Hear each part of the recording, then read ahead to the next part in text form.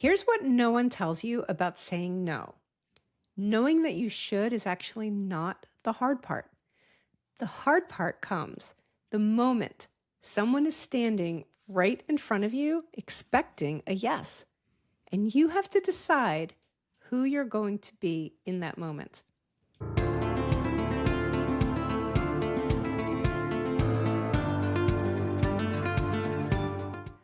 I'm Dr. Jennifer Edwards, and welcome to the Resilient Vet Podcast, Mind and Body Strategies for Success. If you're new here, hit subscribe so you never miss an episode. We'd love to have you here with us. This is part 2 of our Wired to Say Yes series. And in part 1, we went into what I call the inner game, where the inability to say no actually comes from, why it started long before veterinary school, and what it's actually costing you over time. If you haven't listened to that episode, I encourage you to go back and find it and hit play, and it provides a great context for today. However, today's episode also stands alone, so keep listening. Wherever you're coming from, you are in the exact right place. So today, we are talking about the outer game. What does it actually look like to stick to what you need when someone else is pushing back? How do you stop feeling responsible for everyone else's reactions to your no? And how does this connect to the core element, a framework for intentional life and leadership that I've created? So that's where we're headed. Welcome, and let's get into it. So as I said, I'm Dr. Jennifer Edwards. I have been a veterinarian for a long time, and I'm now a certified leadership coach. And I'm someone who works with veterinary professionals and leaders on understanding and influencing what drives how we show up in our careers and in our lives. I work with people individually with coaching, and I speak and work with teams and organizations on building cultures where people can actually thrive. You can find me and grab my free Wired to Say Yes self-assessment at drjenniferedwards.com. Aaron? Yes, thank you. My name is Aaron Shaw. I am an occupational therapist, strength and conditioning specialist, and coach and consultant to vet professionals and teams who want to be more physically and emotionally durable and ultimately thrive in vet med. I really get tired of seeing great people in vet med burn out, get injured, and leave a profession that they cared deeply about. And I knew that something could be done, something more than just your standard wellness talk and really focusing on systems. And so I created Project VetSpan. Project VetSpan helps leaders build healthier, stronger, more durable teams. You can find me on projectvetspan.com. And if you want to have a little something in your inbox every couple of weeks on my homepage at projectvetspan.com, you can sign up and join a durable vet brief where I send out very simple tip sheets every couple of weeks that focus on exercise, nutrition, sleep, emotional well-being, ergonomics, things that can really help you thrive in the challenging field of veterinary medicine. But I'm excited for this episode because this is part 2. So the last episode, which I would encourage everybody to go back and listen to, kind of a cliffhanger, but let's move into this. We're on episode 2 here. And Jennifer, a lot of people listening may have heard part 1, but some may be coming in fresh today. So either way, let's take a moment and maybe set the stage. I think what really makes this conversation different from the typical is that this is a little bit more than just set personal boundaries, which we hear often, but where are we starting from here today?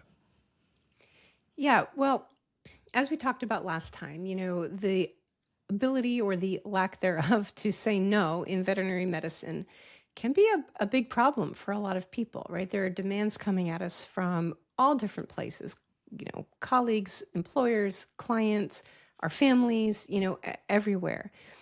And the reason that it's actually hard to say no is not necessarily because of the situation that's in front of us at that moment. Like sometimes it is, obviously, but a lot of times it's not. It's more about what we believe in ourselves and what we think saying no means about us, right? So as I mentioned in the part 1 of this series, is that this is wiring, and this is a belief system inside of us that starts very early, long before veterinary school.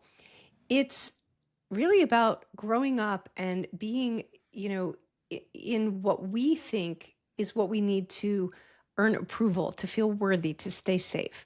And then what happens is the veterinary profession selects for people who are wired to say yes, right? We were wired to get good grades and say yes to this and yes to that and yes, yes, yes, yes, yes, so that we can really excel and stand out so that we can get into vet school. And so we're already inclined to accommodate. And then what happens is we enter the training and then it all gets amplified even further, right? So the important point here is that the root of all of this is actually inside of us, not outside of us, or not outside of us in the circumstances that we're currently facing. That being said, the reason I point this out again real quick is that the work to do is not about the situation. It's not about like, well, I just need a script about what to say. The work is really about, it's more internal, but in reality, I'm calling it the outer game, right? Because it's how what's inside of us is showing up out there in a situation and how we're interacting.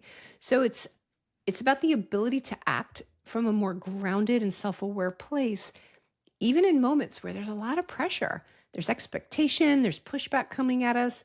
And so how do we cultivate that ability to actually be grounded and self-aware?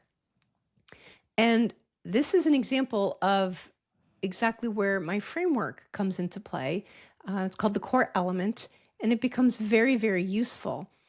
And as I mentioned, it's a framework for intentional life and leadership. We spoke about it in depth in a previous episode, and I really encourage people to go back and listen to that, because when applied, it can be very powerful to really start to shift your life. So real quick again, just so we have the context, CORE stands for conscious awareness, ownership, response, and expression. And where a lot of us get stuck is in between the conscious awareness, which is, okay, I can see what's happening. I know that I want to say no, but actually doing anything about it. And then ownership becomes that bridge, that taking responsibility for what we do next, so that we intentionally influence the response and the expression or the outcome that we end up with. So today we're going to apply that directly to this particular conversation. That word no is so powerful and a little bit intimidating and a little bit uncomfortable to hear, I think, for many of us.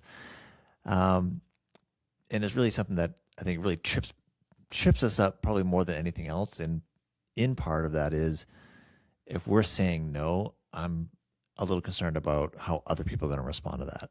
I think it's for me, it's, if I say no, am I letting somebody down? Is somebody going to be disappointed in me? Are they going to be upset at me? Are they going to change their opinion of me?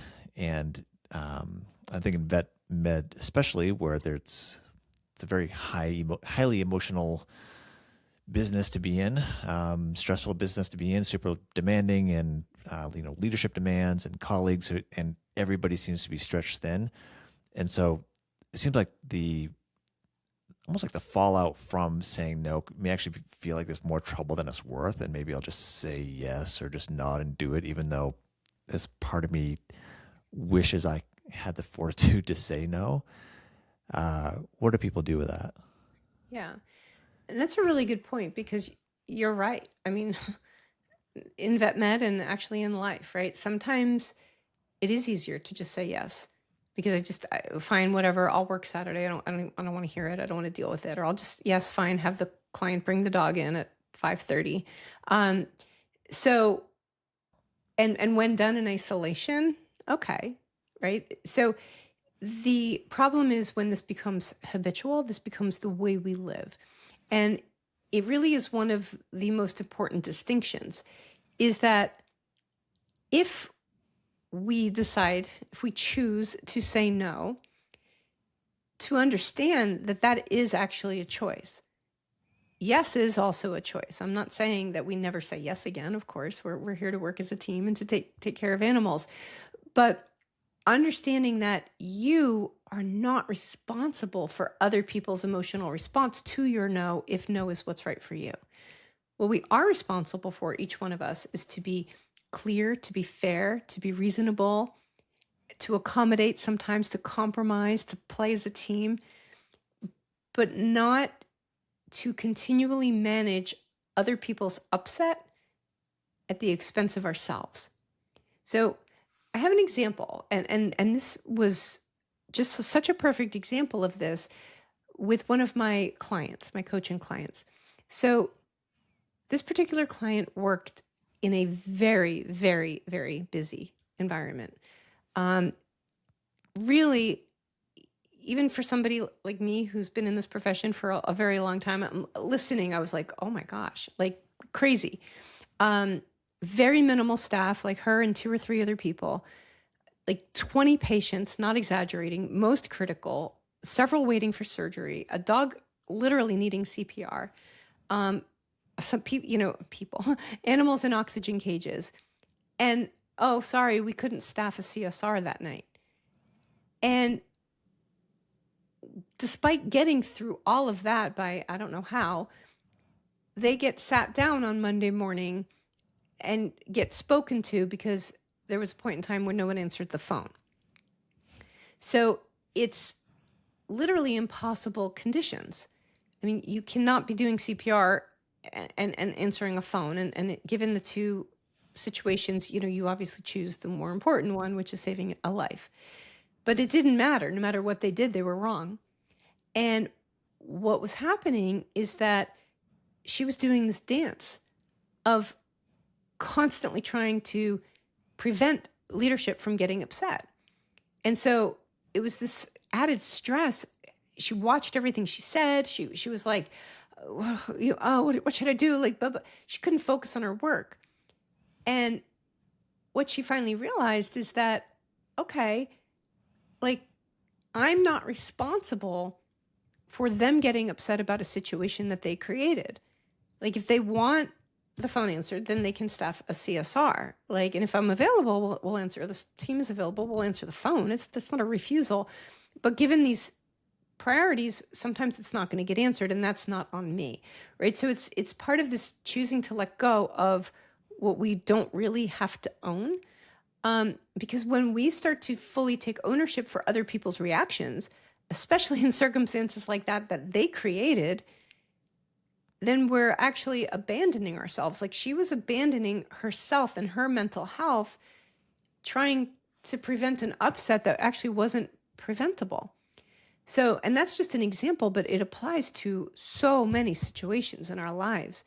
And I just feel like it's important to call that out and bring that to awareness so that people can go, oh, you know what? Like, in a moment, is this mine or is this theirs? And understanding that there's a choice. So it's about, the ownership piece of core is about owning our choices, owning our responses, owning our parameters of what works for me, what doesn't, but not necessarily always owning other people's feelings about them. And again, I'm not trying to imply that you walk around not caring what anybody else thinks about anything. Not at all, because we do work as a team. But I'm talking about these particular situations where it's not in our best interest. So being reasonable, being willing to compromise, absolutely. Very important and critical for working in a team and getting through this environment. But bending into the point where we literally want to break is not okay. And that's what leads to burnout. That's where we lose our sense of self, our sense of identity, and our resilience.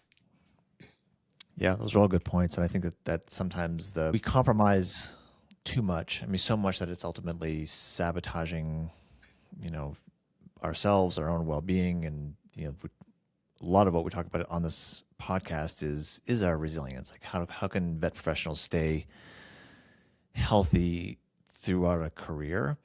And sometimes these decisions and, compromising too much and not saying that 2-letter word no, and just always giving is actually fast tracking themselves out of the profession ultimately. And so I think that it's a challenge for all of us, and certainly a big challenge in vet med. So those are all really good points. I do want to make a point too, because last time you talked a little bit about maybe personal preference versus deal breakers, like this concept of personal preferences versus deal breakers. And I think that in the heat of the moment, with the chaos, and you've laid out one of your coaching clients had a very clear moment of chaos, or an evening of chaos, which sounds terrible.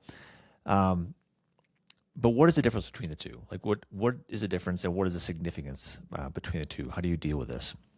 Yeah. So again, I do talk about this more in the first part of this series, but just to reiterate, these are two really important concepts, at least in my opinion. So we have our preferences, right? With the things that we really prefer the way they are. And in general, the more preferences that we can have fulfilled, the better. Do we need all of our preferences filled? No. Does the schedule have to be exactly what I want it to be? No. So this is where there's give and take, right? So there's things that we'd rather not do or rather have in place, but we can consciously choose to accommodate it, right? Without it costing us anything essential about our well-being or our mental health. So they're negotiable. So if my preference is to never work on a Saturday, but there's a job, it's great, I love the people there, but it requires me to work one Saturday a month. Okay, I might say I'd prefer not, but I can handle that. And then that's just one of the things I have to give up in order to work at this practice. And so I'm choosing to do that. A deal breaker, on the other hand, is just a no-go, right? Like, or at least it should be. These are things that when crossed, especially repeatedly, will actually compromise your well-being, your integrity, your morality, the things that keep you up at night. And like you just mentioned, the things that can ultimately drive you right out of this profession, right? So it can get confusing in the moment. And that's why, again, kind of like what you say about the veterinary athlete, right? It's all about being prepared ahead of time before you help lift the 70-pound dog onto the x-ray table, right? It's the same thing with the inner work. And it's about understanding for yourself, what are your deal breakers? What right now might just be preferences that you think are deal breakers that maybe you would actually be okay giving a little on, or what things might you be giving a little on that you shouldn't be because they're deal breakers and they're going to catch up to you, right? But when you're in the moment, when somebody's asking you of something, or in some cases demanding something of you that is a deal breaker for you, like being very clear on that so that you can respond appropriately and not be swept away, overwhelmed, flustered. Because what happens is that under pressure, we as humans go into default mode, default patterns, default responses, default triggers, default everything. And as veterinary professionals, most of us, not all of us, but most of us, oftentimes that default is yes. And so nothing wrong with yes when it's an intentional. And so I'll bring in the word, I've used before, very important here is the word conscious. Because when we consciously, intentionally, with awareness, whatever of those words resonate for you, say yes to something that we'd prefer not to do, it's a choice, right? I chose to work these Saturdays. It still doesn't mean that I want to or that I like it, but I'm choosing it so I can live with it. I can be okay with it.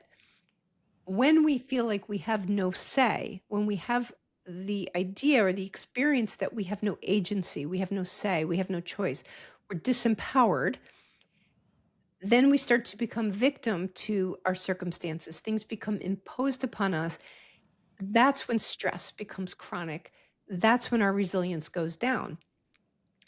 A lot of this really is not about the situation. It's about the mindset around the situation. Because very often the experience is real, and I'm not negating people's experiences when they truly, truly feel like they don't have a choice, but we always have a choice. And that's what's important to recognize. Now, you might not like your choices, and there might be consequences of both choices, and you don't want either one of them. So it feels like you don't have a choice, but you do have a choice. And that is where our agency, our ownership, our empowerment comes from. So, like, here's an extreme example, right? Like, if I, very extreme, like if I was working somewhere as a veterinarian and leadership was asking me to do something that would harm an animal, okay? And if I did not do that, I would be fired. I would choose to be fired, right? Both of those outcomes are highly undesirable. Like, I can't, oh my gosh, you get fired. Where's my health insurance? Where's my money? Where, like, I've got to pay loans. Like, oh my gosh, what do I do? So I'm faced with a choice, both of which are undesirable, but I know that harming an animal is an absolute deal breaker for me. So even though it's like, well, I have no choice, what am I supposed to do? I do have a choice. I can choose to leave the job, or I can choose to do something that I don't agree with, right? But either way, it's a choice. Now, it's unfortunate when we're put into situations to be forced into choices that are not good like that. And so that's a whole nother conversation about, like, well, if that's happening, maybe that's not the right place for you. But the point is that we have choices, and understanding our preferences versus our deal breakers allows us to ask ourselves the question, am I tolerating this because I'm choosing to, or because I don't believe that I have a choice? And out there in the world, everybody looking at us, they don't know the difference. We're just smiling and going along.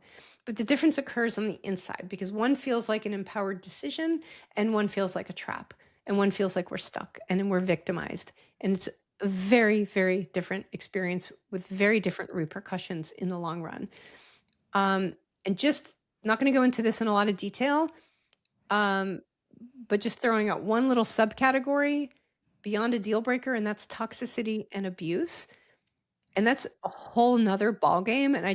And honestly, my example really falls into the abuse category when you're asking somebody to, like, do something that bad. But again, it was an extreme example. These are never okay. These are never things to consider acceptable, or to be turning onto yourself, like self-gaslighting into figuring out how you should be finding a way to accommodate toxicity and abuse. So it's not okay. Nobody deserves it. And we will be covering this all by itself in another episode, because I think it's that important. Yeah, I'd agree. Probably deserves its own attention. It's kind of heartbreaking to think that there's environments that are like that.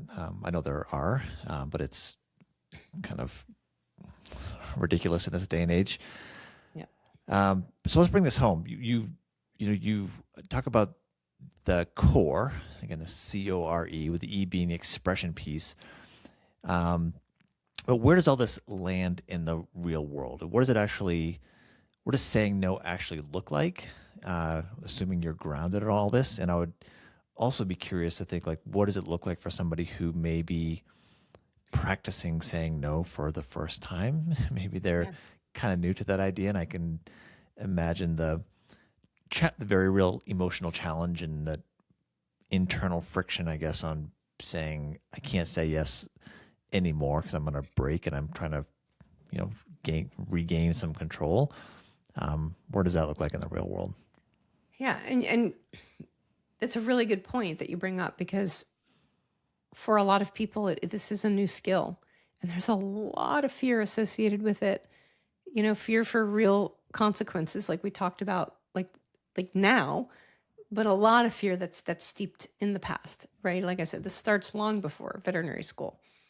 So as I mentioned, expression is where, we bring conscious awareness, we take ownership, we put our responses, our thoughts, our actions, all the things out, and we end up with an outcome, right? I call that expression. It's the expression of the result out into the world, out into your life. So it's, like I said, it's sometimes it's like the scariest part of all of it. Like, how do I speak so that I'm clear and not defensive, and I'm firm without being rigid, and people don't think I'm unwilling to be part of the team? And sometimes people outright get accused of If you don't do this, then you're not part of the team, like that shaming, the gaslighting that goes on inside of all of this. And like being able to stand in your authentic self and actually be honest and kind at the same time, like that all takes a lot of practice. So what it could look like, just as an example, a few principles. One is to learn how to acknowledge another person. And again, this is practicing before you're in the moment. Like, what is being asked of you? Acknowledge it. Not because you're agreeing to it, but because everybody wants to be heard, even a person who may in the moment even may not be being that nice to you. So you can say something like, I hear that you need X, before you say, and that's not going to work for me, right? So if they say, I need you to work, every Saturday this month, instead of just saying, no, like, I'm not doing that, it's not fair. You could say, okay, so what I'm hearing is that you want me to work every Saturday this month. Okay. And I get that we're short staffed and that's not going to work for me, blah, blah, blah. Being very simple in our conversations. And this is something for me personally that I still am working on. Like, and I've come a long way, boy, it's the way I used to be. It was crazy the way I used to be with not being simple, over explaining, over apologizing, being deferential. And that's, for those of us that's a habit, it's really hard to break because we do it without even realizing, well, I'm really sorry, but I have this and I have that and da da da da da, da, like all of the explanation. It's really not needed, right? Like the over accommodating, the over apologizing and explaining basically allows room for negotiation. You're opening doors for conversations that you probably don't even really want to have, and it's not necessary. Well, I know this is kind of silly, but like one of the best ways that I've been learning is I've been using AI. AI is not us. AI does not replace us, but AI is a tool. And it has been so helpful for me. I give it my email drafts and I say, show me where I'm being deferential. Show me where I'm over explaining. And it's like, wow, some of the times I don't even realize I'm doing it. So that's a skill to start working on. And also offering an alternative, right? Like, I hear that Dr. Smith just left and that you really want me to work every Saturday. My agreement was that I would work one Saturday a month. And I understand that's important. I can't do that. However, what I can do is maybe for the next 3 months, I will work 2 Saturdays, you know, if you would like me to. Like, so it's saying I can't do this, but I can do that. I can't take your Saturday, but I could work Monday if that would be helpful, right? So sometimes offering an alternative allows then the choice to go back to the other person. So just some broad examples. So if you're talking with somebody in leadership, I understand you want me to take this on. I currently have A, B, and C. And here's the situation. I can take on X, the other thing, if we remove one of the first 3 things, or I can do X at the end of the week after those first 3 things are done. Which works better for you, right? So you're stating what you can and can't do, but you're also putting the choice back to them instead of just saying no. Like, I have too much on my plate, I can't do it. It's like, well, I can't do it now. However, I could do it next week or at the end of the week. And if you're with a client, you might say something like, I understand that this is what you were hoping for today. However, that's not something I can do. Here's what I can offer you instead. Maybe it's a medication, maybe it's a different time for an appointment, maybe it's, why don't we do this for today, and tomorrow I have time. If you want to come back, I can do that procedure for you or whatever. So sometimes offering people an alternative allows them to feel a little agency and like they have a choice, and that you're not just saying no to them. Not required, though. I just want to emphasize that you are not always required to give people an option. It's just something you can do. And, throughout this, you want your tone to be clear, calm, again, not apologetic. Unless you truly do have something to apologize for, which most of the time we don't. But it doesn't mean that we have to sound cold and aggressive. Like, it's just about being grounded and about being clear and firm in what works and what doesn't work for us. Um, so knowing yourself, being able to practice being honest, understanding if you think you're not deserving of it, like that's a whole separate place where you could do some work and start to explore that and figure that out. Um, and all of this, my gosh, when we show up this way, we think we're being difficult or a burden. It's actually the opposite. When we show up very clear and grounded, it's actually a gift to people, even when we're saying no. They might not realize it, but it really is, because that they know what to do with that, right? Clear is kind, as Brene Brown likes to say. So I think this topic is very important. And, I always like to reference future episodes that are kind of on the horizon. Toxicity will be one of them. And another episode I think I'm going to maybe bring forth is the language of no. Like how do we actually say it, right? Like here we've talked about why we have trouble saying it, what's there for us in these two episodes. But, somewhere coming up soon, I think we may really just dive into the actual semantics. So hopefully that will be helpful. I would love that. I think that the no is the most powerful word that we can use. And I think especially when we're those of us that are under pressure, either constantly or intermittently, and we're in a health providing environment where saying no almost feels like I'm not helping another being. I'm not literally doing what I'm here to do. Like I'm here to help, and then to say no sounds counterintuitive as something to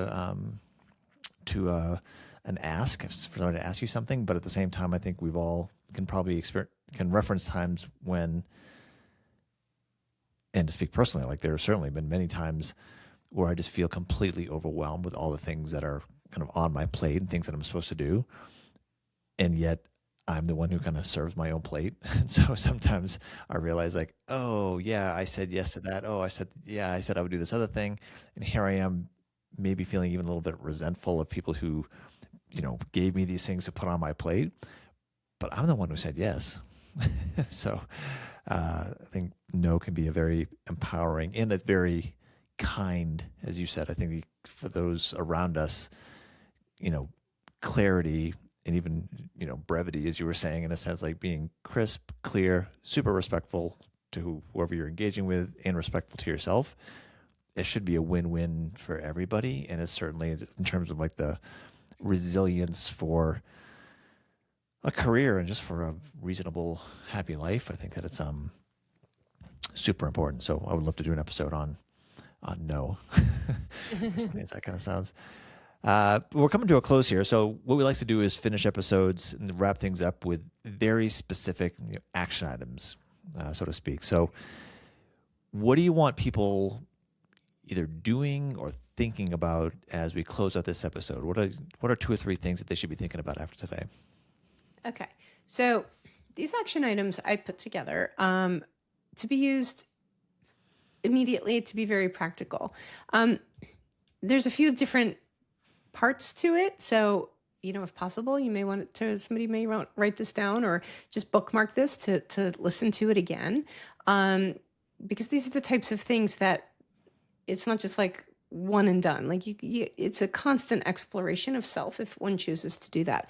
So step 1, take a current situation that you're dealing with and run it through the core framework, right? So what's a situation where you've been defaulting to saying yes, and walk it through. Like, what am I actually aware of here?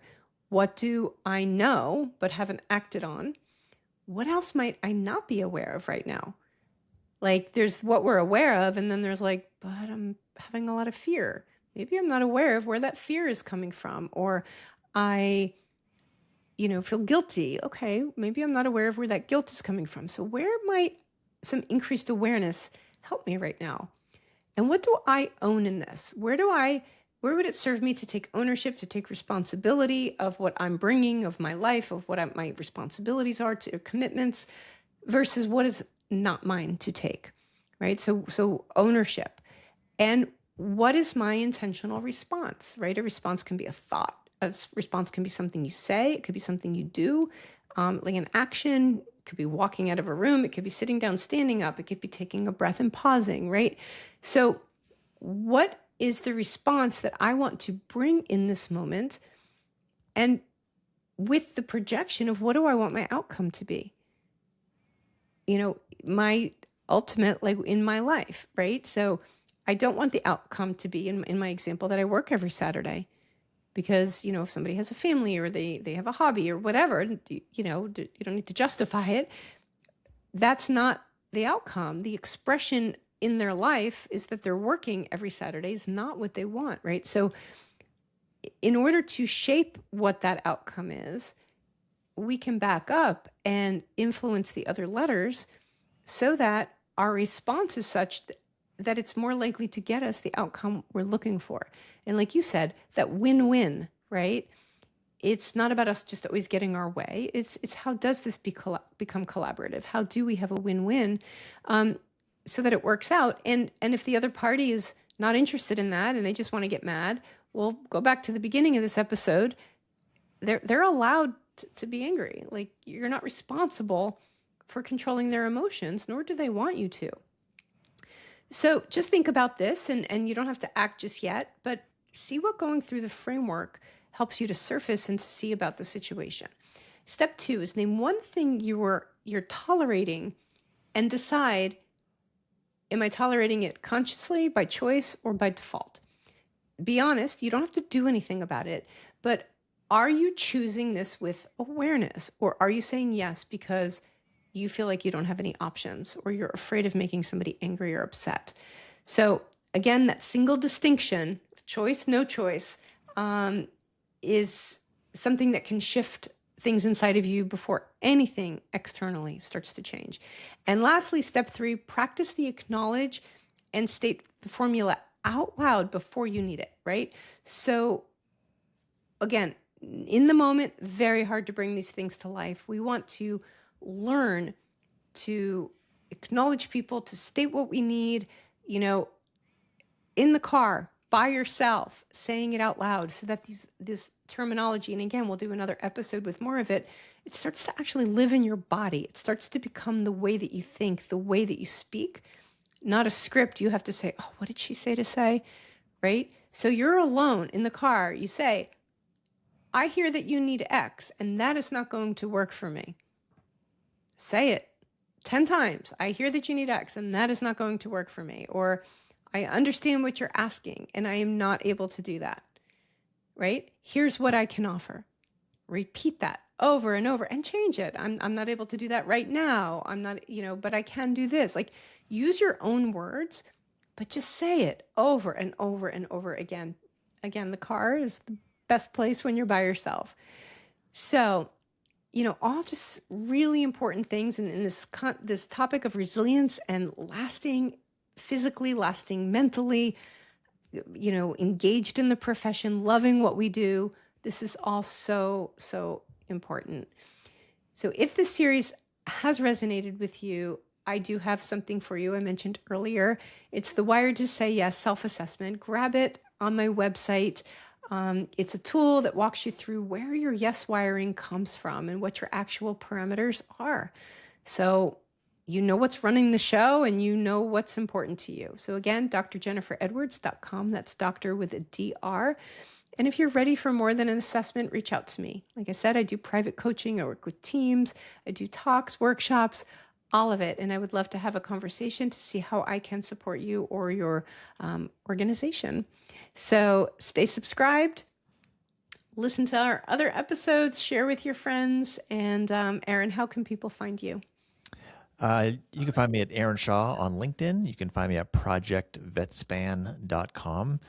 And again, I help people, individuals and teams build physical and emotional durability in veterinary medicine. And above all else, appreciate everybody who's listened to this episode and other episodes. Again, please subscribe, like, share, and reach out to us if you have other show ideas. Love to hear from you. Take care. Cheers.